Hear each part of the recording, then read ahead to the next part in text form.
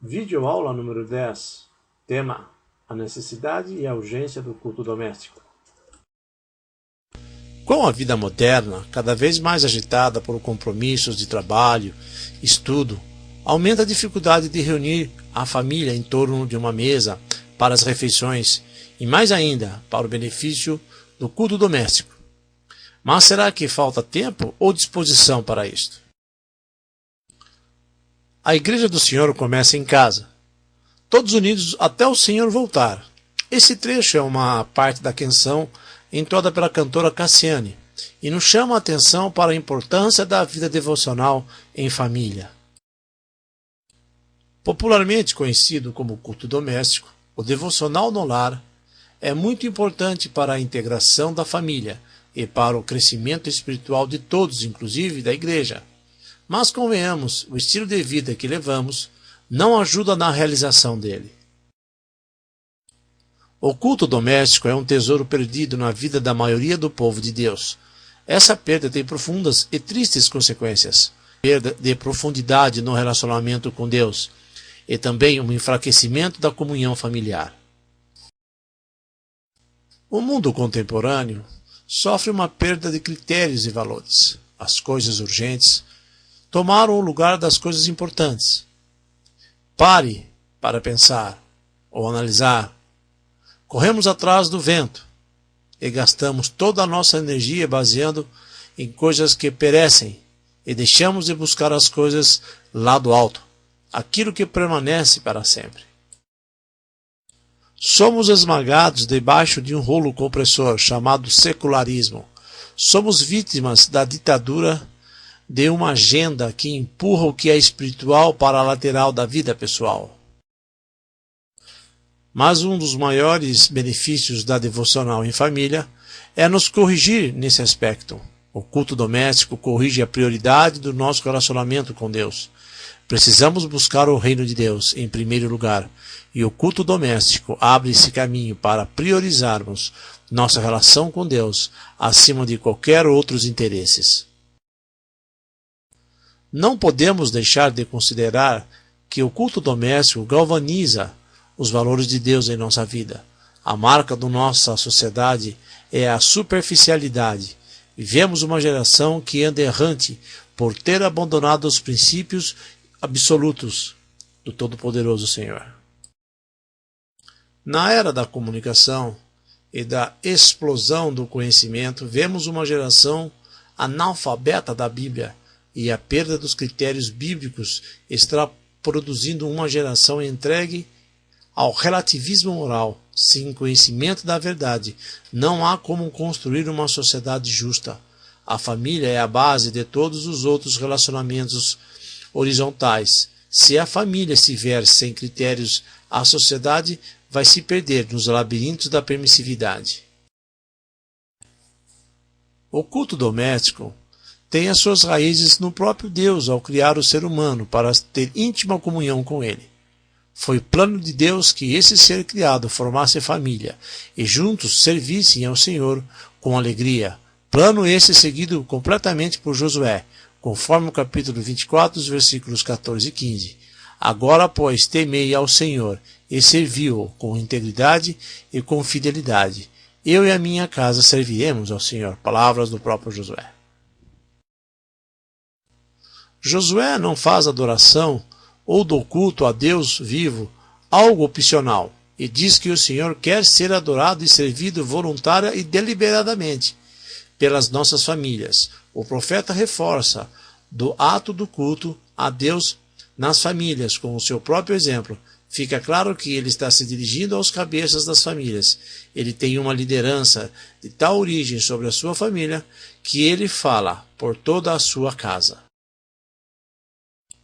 É importante destacar que servir é uma palavra abrangente e se refere a muitos atos de adoração a Deus. Em muitas passagens bíblicas observamos o estímulo à adoração no lar, como diz Deuteronômio capítulo 6, versículos 6 e 7. Essas palavras que hoje te ordeno estarão no teu coração. Tu as inculcarás a teus filhos, e delas falarás assentado em tua casa, e andando pelo caminho, e ao deitar-se e ao levantar-te. Um texto paralelo no Novo Testamento é Efésios capítulo 6, versículo 4. E vós, pais, não provoqueis vossos filhos a ira, mas criai-vos na disciplina e na admoestação do Senhor. Por exemplo, Timóteo tirou grande proveito da instrução diária de sua mãe e de uma avó, tementes a Deus. Outro trecho importante é de Colossenses, capítulo 3, versículo 16. Habite ricamente em vós a palavra de Cristo. Instruí-vos e aconselhai-vos mutuamente em toda a sabedoria, louvando a Deus com salmos e hinos e cânticos espirituais, com gratidão em vosso coração. É importante a família entender que não só de pão viverá o homem, mas de toda a palavra que procede da boca de Deus. Deus exige que o adoremos não apenas particularmente, como as pessoas, mas também em público, como membros do corpo e como famílias. O Senhor Jesus é digno disto. A palavra de Deus o ordena, e a consciência reconhece, e como é nosso dever. É necessário que os pastores estimulem as famílias a realizarem culto doméstico, como Abraão fez.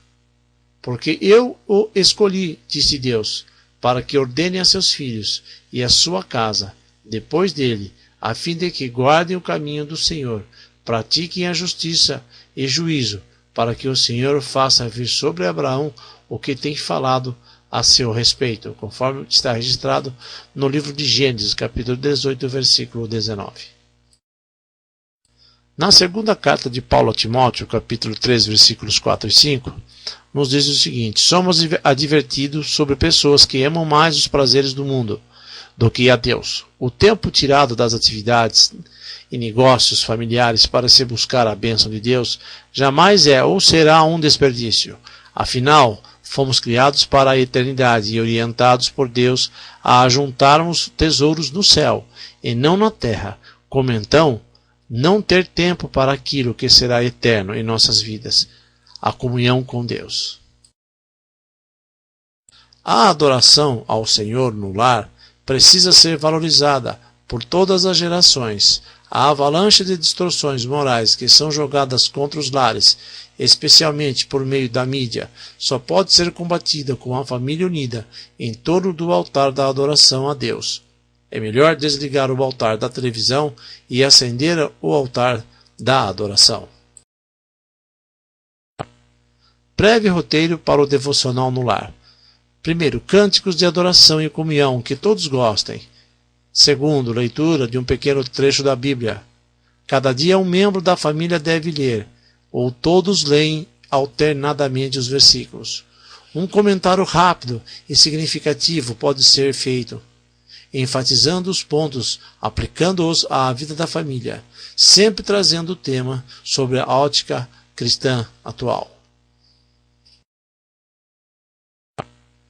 Breve roteiro para o devocional no lar. Primeiro, cânticos de adoração e comunhão que todos gostem. Segundo, leitura de um pequeno trecho da Bíblia. Cada dia um membro da família deve ler, ou todos leem alternadamente os versículos. Um comentário rápido e significativo pode ser feito, enfatizando os pontos, aplicando-os à vida da família, sempre trazendo o tema sobre a ótica cristã atual. A Bíblia precisa continuar sendo a base. Não devemos esquecer jamais a importância suprema das Escrituras Sagradas, como nosso guia para conhecer a Deus. Os adolescentes acharão a Bíblia interessante se ela for apresentada de maneira sábia, na versão e na linguagem de hoje. Use os livros da meditação matinal.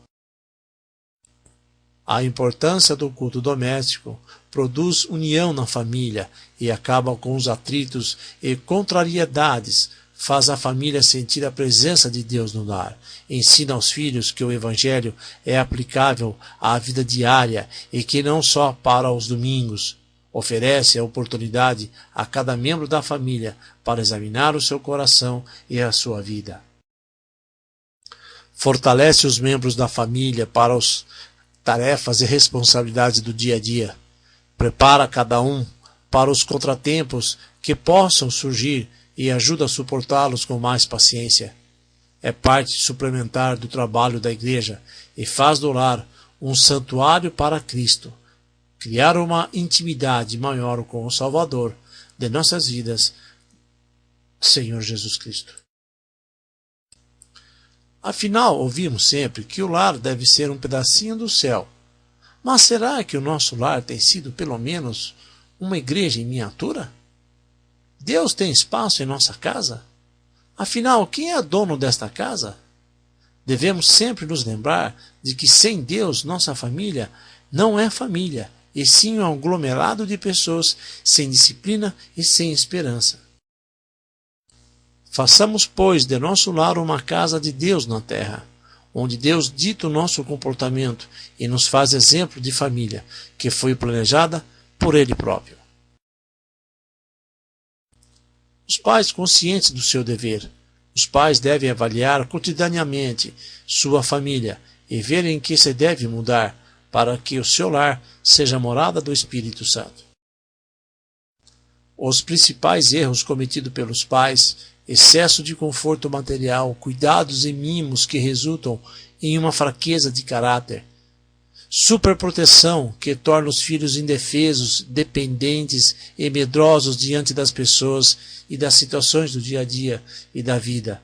Para crescer de forma sadia, a criança precisa experimentar um pouco das mais importantes frustrações e limites próprios da realidade, pois ausentes física e emocionalmente, desenvolvem os filhos no sentimento de abandono, de indiferença e personalidade fria de sentimentos. Filhos acostumados a submeterem seus pais às suas próprias vontades podem se transformar em pessoas egoístas, sem senso de limites às regras da civilidade, ao respeito às autoridades ou aos mais velhos. A preocupação de alguns pais em somente ter em detrimento do ser leva os filhos a desenvolverem o mesmo problema. Acabam se transformando em pessoas cegas para os verdadeiros valores da vida. Da mesma forma, os pais viciados em drogas, cigarro ou álcool, por mais que digam ser isto errado, com as suas atitudes autorizam que seus filhos desenvolvam os mesmos vícios. Pais negligentes quanto ao relacionamento inclinam-se a não ter tanto o apoio amoroso como o controle sobre seus filhos. Revelam uma atitude descuidada e imatura, reagindo forte demais quando um filho os pressiona ou os irrita. Tende a isolar-se de seus filhos, recorrendo em demasia a babás para atender às suas atividades egoísticas. As crianças que são vistas como perturbação passam a ser apenas vistas, e não mais ouvidas. Quando estão em casa, geralmente não estão ouvindo ou prestando atenção a seus filhos. As 4 razões da negligência: a alta taxa de divórcio, o crescimento do número das mães na força de trabalho e o excesso de horas vendo a televisão. Os pais devem ter a palavra no coração, porque do coração procedem as saídas da vida. Jesus disse que a boca fala do que o coração está cheio. Afirma também a Bíblia que a morte e a vida estão no poder da língua. Os pais devem ter as palavras de Deus nas mãos. As mãos devem ser usadas de acordo com a palavra de Deus. Todos os dias o toque nas mãos pode conduzir bênçãos juntamente com a palavra. Jacó abençoou os seus netos tocando neles. Pais devem ensinar a palavra cuidadosamente, ensinar assentado em casa, andando pelo caminho durante o dia e também à noite, especialmente no culto doméstico. Obstáculos aos cultos domésticos. Desencontro dos horários da família.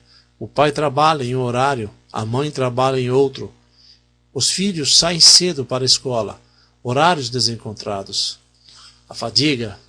O trabalho e os estudos em excesso conspiram contra o culto doméstico. Pouca importância. Muitos passam horas diante da televisão, mas não encontram tempo para o culto doméstico. Tudo isso dificulta demais não deve ser usado como desculpas para não ter a realização do culto doméstico em seu lar. O inimigo pode agir nesses dias. É preciso colocar o culto doméstico como prioridade no lar. Só traz bênçãos para a família. Os obstáculos podem ser vencidos com o poder do Espírito Santo e o esforço de todos, principalmente dos líderes do lar, pai e mãe. A Bíblia diz que há tempo para todos os propósitos e ainda diz que podemos tudo naquele que nos fortalece. Os benefícios da realização do culto doméstico. É fator de harmonia, torna o ambiente familiar mais agradável, contribuindo para estreitar a comunhão entre os membros familiares e evitar as desavenças e a desunião no lar. É meio divino de fortalecimento espiritual. Começar o dia com um encontro com Deus fortalece os membros da família para enfrentar com otimismo e segurança os problemas e as tentações durante o dia. A maioria dos pais crentes não tem percebido a necessidade da adoração no lar, imaginando que só a igreja local atende às necessidades espirituais de sua família. Mas isso é um engano. Meditemos um pouco no assunto. Deus quer estar presente no seu lar. O primeiro lar, Deus estava presente. Deus visitava, Deus falava, Deus orientava o primeiro casal, enquanto obedeceram à voz de Deus. Havia um culto maravilhoso no lar edêmico. Quando desobedeceram, Satanás prevaleceu. Com Deus no lar, a família é feliz. O pai de família é feliz. Ele teme a Deus e anda nos seus caminhos. Adora a Deus, reparte felicidade com os seus. O culto doméstico é uma prática antiga que os cristãos mais velhos observavam diariamente, mas que infelizmente tem se deixado de praticar nos dias atuais, por diversos motivos, tais como correria para o trabalho, ganhar mais dinheiro, manter o emprego, etc. Esta falha tem causado uma influência negativa muito grande no convívio familiar, e especialmente na igreja, e no comportamento dos jovens e crianças.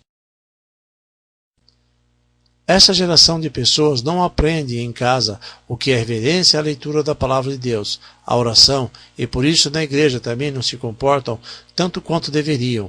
Brincam, conversam, andam porque não aprenderam em casa. O culto doméstico é muito importante para que esses valores sejam resgatados e a comunidade num todo venha a se beneficiar. É no culto doméstico que o pai tem a oportunidade de ensinar para seus filhos tudo sobre Deus, sobre a igreja, como se comportar e praticar o verdadeiro culto a Deus. Concluindo agora, a falta de tempo para se refletir na palavra de Deus em família é uma ameaça contra a estabilidade espiritual dos filhos e dos cônjuges. Levemos em conta que os dias atuais são muito difíceis, em virtude de seus perversos ensinos tentarem neutralizar os valores bíblicos e espirituais que devem nortear a casa e a igreja. O mundo impõe um padrão de conduta que nada tem a ver com o cristão. É no lar que a criança deve adquirir convicções que a tornem capaz de resistir aos valores deturpados do mundo. Portanto, muito cuidado, se o culto doméstico e o ensino sistemático da palavra forem negligenciados pelos pais, a família estará fadada ao fracasso, às vezes irreversível. Por falta do altar de adoração a Deus, através da leitura da Bíblia, do louvor e da oração, no culto doméstico, muitas famílias estão empobrecidas na vida espiritual e outras tantas têm fracassado totalmente. Lembremos-nos das palavras registradas no Salmo 127, versículo 1. Se o Senhor não edificar a casa, em vão trabalham os que a edificam. Que Deus nos abençoe. Fim. Em nome de Jesus, obrigado pela atenção e até a próxima aula. Amém.